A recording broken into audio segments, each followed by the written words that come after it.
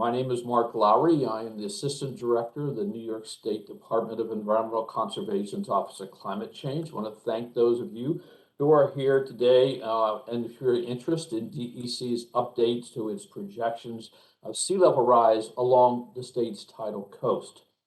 Today's webinar is intended to provide information on the approach DEC has used to develop the projections it intends to propose during a formal rulemaking to update the sea level rise regulation so that interested parties can provide input for DEC's consideration before it initiates its formal rulemaking process. The announcement of this webinar included a link to DEC's request for comments, which describes DEC's approach as well as how to comment on this pre-proposal.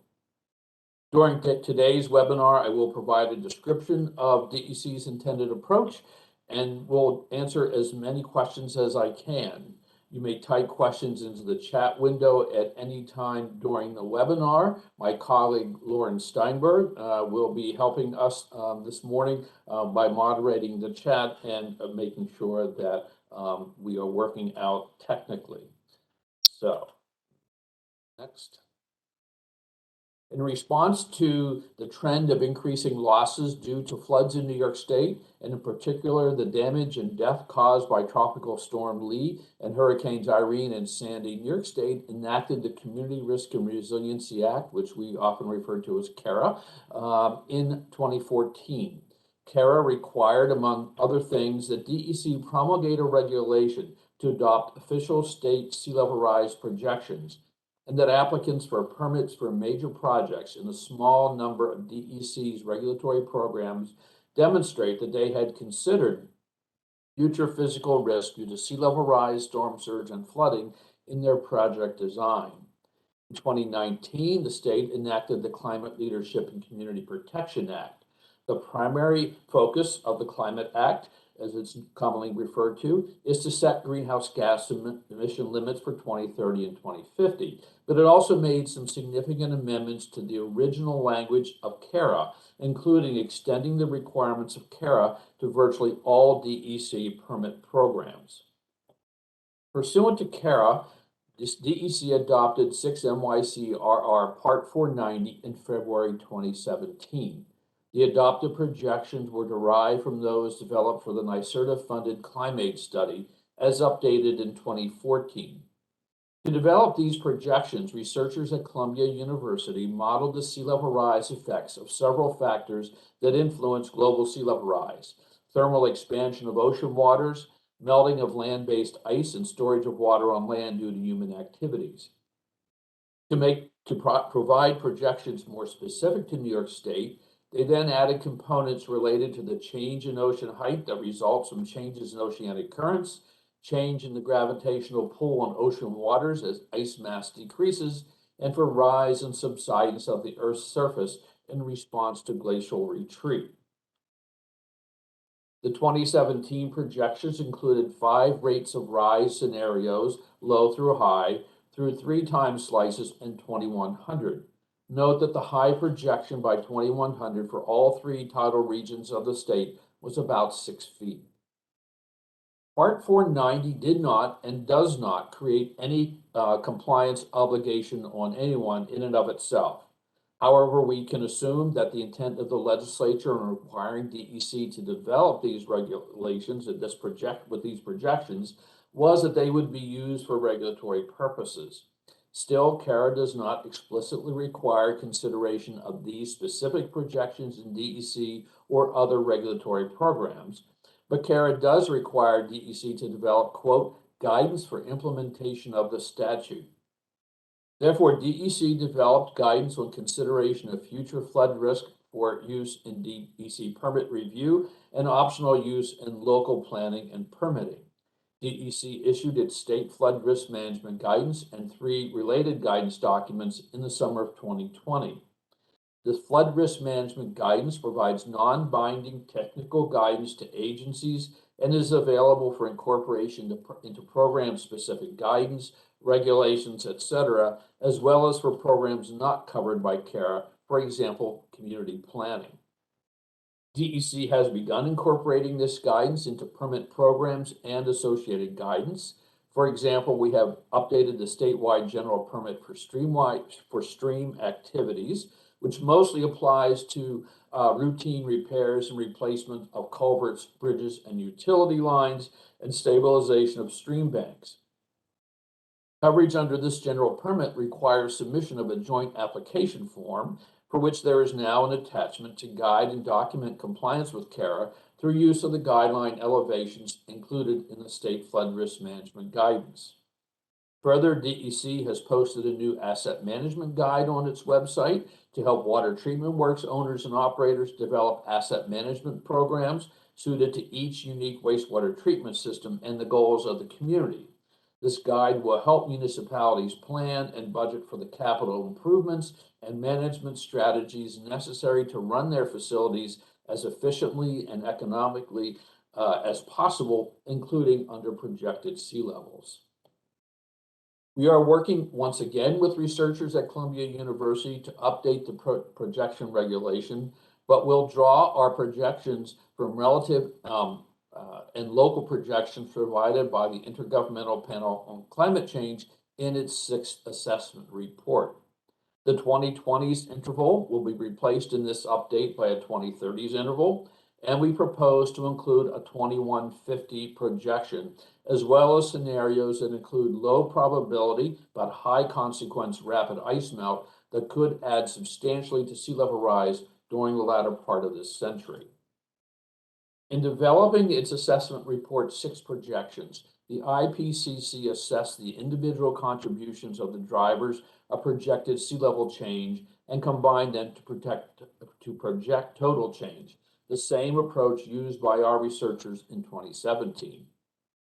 I will not go into the detail of all this work at this time. I will refer you to the request for comments for more explanation of the IPCC's approach, as well as references to the detailed methodology.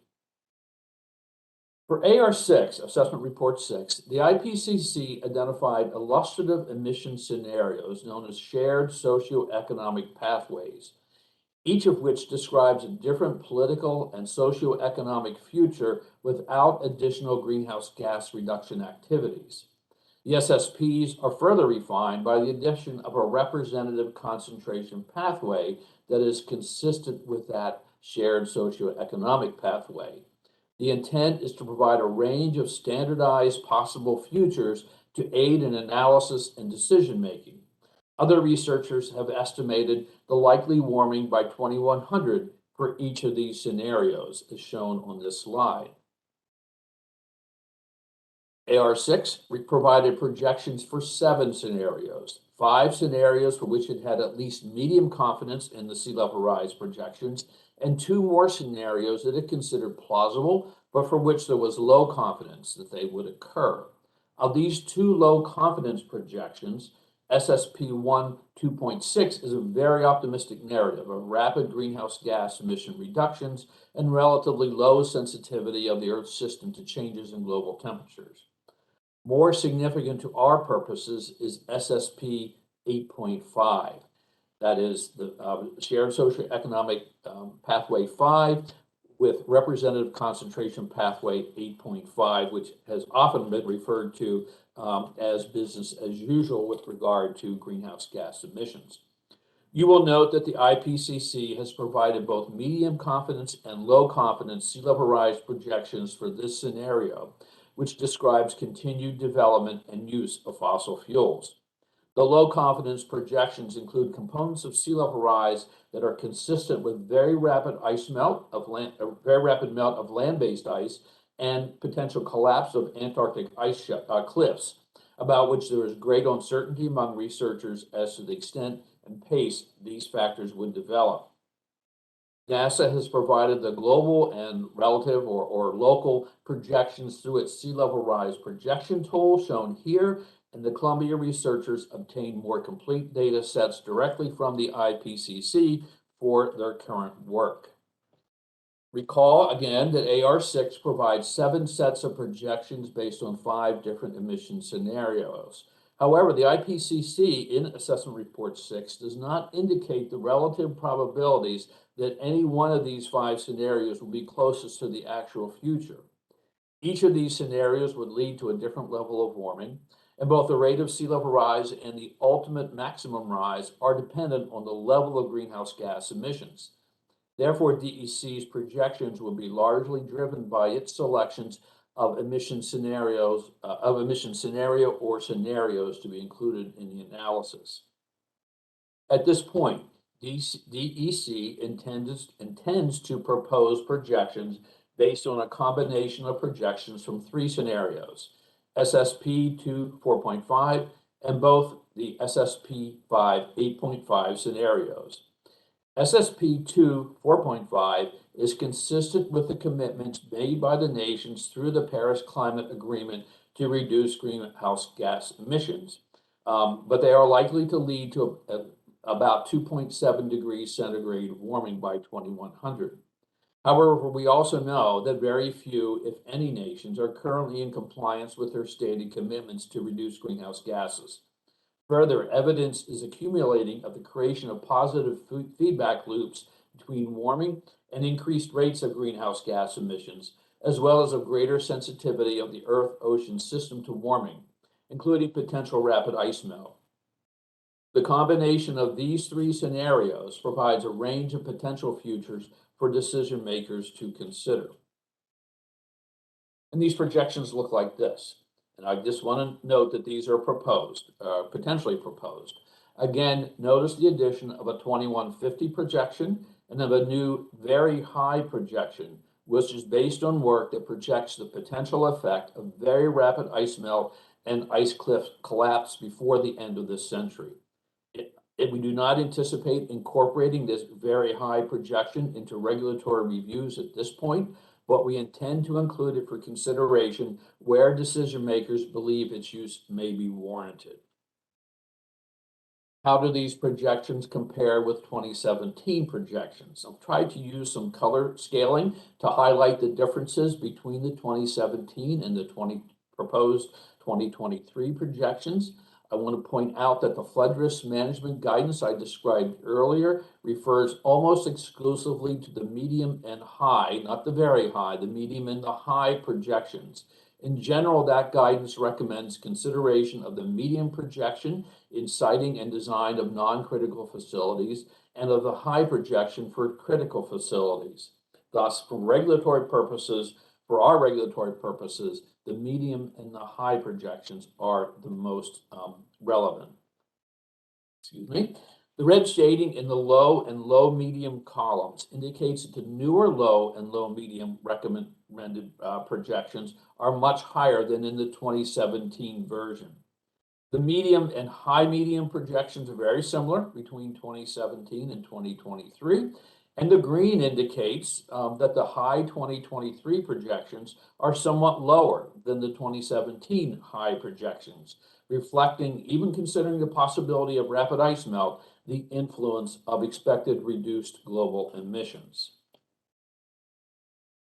We invite comments on this approach I've described by May 12th. We will review any comments received and consider them as we prepare our proposed regulation prior to beginning the formal rulemaking process. And of course, that formal rulemaking process will include a public comment period as well. I will now turn to any questions that may be in the chat. There are currently no questions in the chat. We can give a minute or so for anybody who would like to type some in.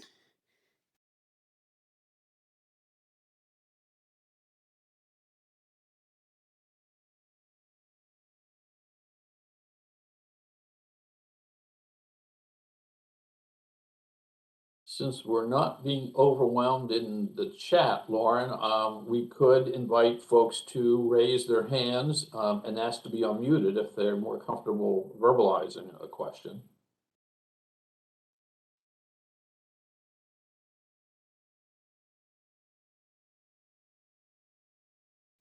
And we do have a question that came in the chat just now. Are the units in the charts? Oh, those are, I'm sorry, those are inches of rise relative to the baseline. And consistent with the IPCC's new projections, that baseline is a 1995 to to 2014 average sea level. And well, okay, and this one they are percentages. Here we are.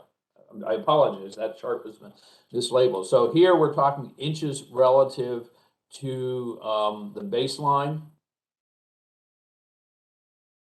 And then here is just showing the percentage differences compared to the older projections. Why, the other question is why the very high projections are only available for certain time intervals. The literature, the research that was done to support these and the reference citation is in that request for comments. It's Gornitz et al. 2020, I believe. They were focused on rapid ice melt that could occur before the end of this century. And so did not include projections before or the come after 2100. We do believe that eventually we will see at least 6 feet of sea level rise, probably substantially more, even if we do, as a global society, reduce our greenhouse gas emissions.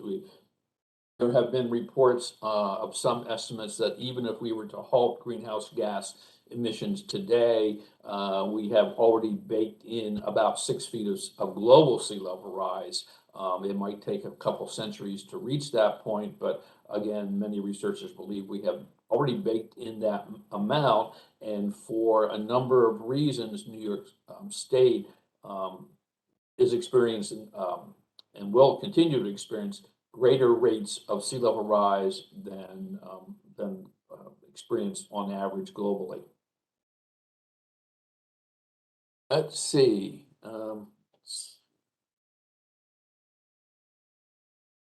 Another question, can you please repeat the part about why medium and high are most relevant to regulation? Sure. So where we are in court asking permit applicants to demonstrate pursuant to the law, pursuant to NYCRR, where we ask them to demonstrate that they have considered sea level rise in their project siting and design. The guidance document we've developed generally refers again to the medium and the high projection. And if you want, you can certainly, that guidance document is available in the same website that is referenced in the request for comments. But in general, it recommends that for non-critical facilities, that accommodation for the medium sea level rise projection be included in siting and design decisions. And for critical facilities, those for which little or no risk of flooding can be tolerated, then we would ask that the high projection be considered. So, I mean, and I will be honest, it has been argued that we should only include those two projections in our regulation, but we have chosen the past and are continuing to choose to show a full range of projections as provided to us by the researchers that we're working with, but not necessarily to apply them in our permit review work. I note the comment, sharing appreciation for including the 2150 projection. Thank you. Thank you.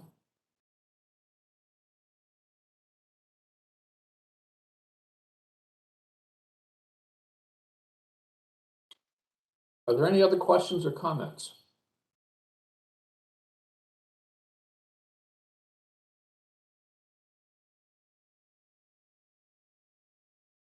Well, okay, Joanna Field has raised a hand. You want to unmute Joanna?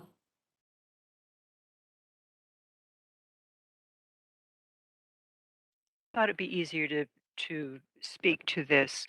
Uh, how are we defining our tolerated standard for risk? Is it based on a BCA? Is it based on health and safety? That depends on the program. The CARA requires consideration of sea level rise, storms, and flooding, and frankly, the updated CARE version requires consideration of climate change writ large, but it does not provide explicit guidance on or standards. So when I have been asked to look at permit applications, what I have looked at is trying to assure that that the project itself will not be damaged under the uh, projected 1% annual chance flood. So, you know, the concept behind the recommendations in the flood risk management guidance was we accept for non-critical facilities at least, because of the way we've constructed most of our regulations with regard to floodplain management are based on avoiding or attempting to avoid flooding during the 1% annual chance flood, the so-called 100-year flood. So the concept behind the guidelines in the flood risk management guidance was to apply that same risk profile in the future. So what we normally would do is where we would say prohibit or require additional prohibit construction or perhaps require additional protection under the current 100-year flood, we would, when applying these projections, add the sea level rise projection to the current design flood elevation, so that we're accommodating or accounting for that essentially the same risk, but in the future. And then we would also, consistent with current requirements, apply the standard freeboard requirement, which is in New York State 2 feet for non-critical facilities, and recommend 3 feet of freeboard for critical facilities as well. I don't know, did that answer your question, Joanna? Yeah, I definitely need to have some inter-program discussion. Sure, anytime. Thank you.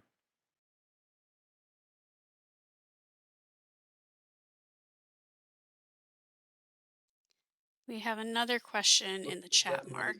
Time period at which to judge. So, right, okay, good question. What's the recommended time period at which to judge base flood elevation plus sea level rise? So our guidance is to look at the expected life of the project. So if you're building, if it's a matter of a house, although normally DEC doesn't have a permit to issue for a single family residence, but if we did, I think that the standard life of the house, even though many houses are older, is about 60 years. And so you would expect that the guidance says to look at the expected life of the facility, or if it's a land use change, to consider the degree to which we are committing to a certain land use over time, and to take that length of time into consideration. And that is exactly the reason we are going to include or propose to include the 2150 projection, because as we all know, once we commit to a land use, we are often tied to it. And we should be, in many cases, thinking out that far, especially if we're going to be putting critical infrastructure on newly developed lands.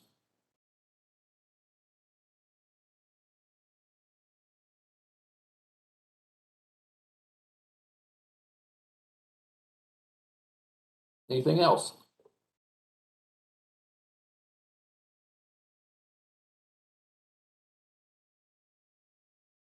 Well, all right, I will move again to the comment slide. Make sure you have it. We do welcome comments, particularly on the process, the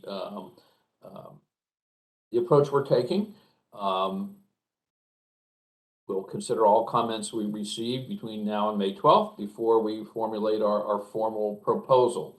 I see another question. How do our projections compare with New York City's and New Jersey's? It is my understanding that New York City and its next update will incorporate, essentially is working with the same researchers, and the projections that the NPCC will adopt will be the same as the state is adopting.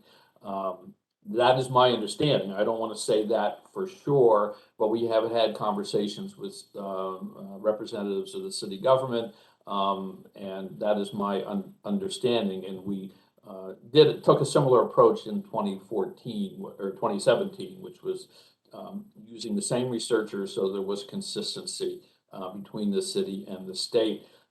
With regard to New Jersey, I just saw an infographic released by New Jersey, and they are very similar. They're within a couple of inches one way or another between, for instance, New York City and Atlantic City. There are certainly going to be some local differences that would cause the differences between, say, Atlantic City and the Battery at New York City, but they are very close because they're based essentially on the same projections, all derived from the IPCC and simply derived from the IPCC, and in some cases put in a somewhat different format.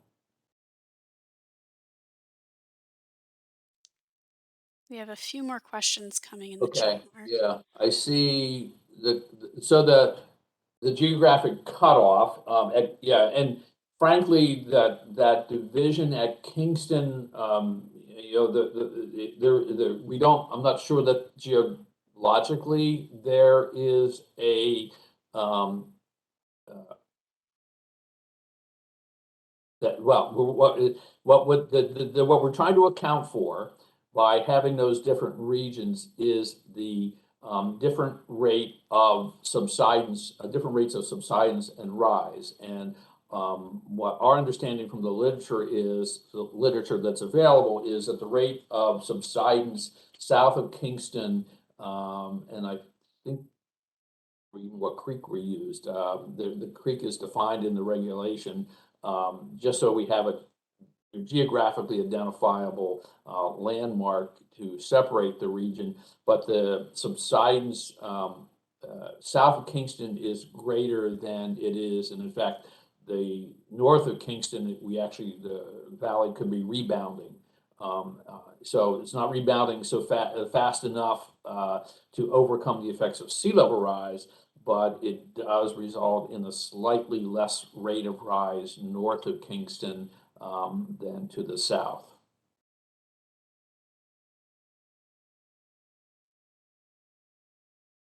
I share more about the process and timeline after the public comment period. And again, this is referring to this as a public comment period, but it's actually not a formal public comment period because we haven't proposed a rule change as yet. But once we are ready, we will we will put out very much like we did this time, but in a more formal way. It'll go into the state register and so forth. Our formal proposal, and presumably looking like this. There will be additional documentation that I will have to develop. There will be a regulatory impact statement and a number of other documents that are required by the law. And there will be an announcement of a public comment period that would be, I believe, at least 30 days long. And at some point, we'll get to the point where the changes we would adopt official changes to Part 490. But it would be a standard, what for DEC is a standard rulemaking process. And I don't know, I can't say when we would actually kick that off. If everyone is happy, if I get no contradictory comments on this proposal, obviously we can move more quickly than if people tell us we have to go back to the drawing board for whatever reason.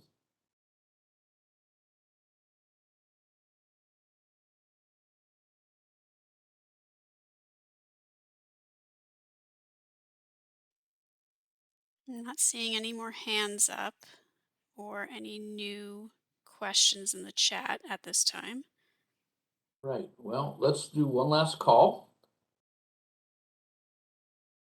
Don't see anything. I want to thank everyone for their attention, their participation, and I do look forward to seeing any more comments from in writing from anyone who may have them.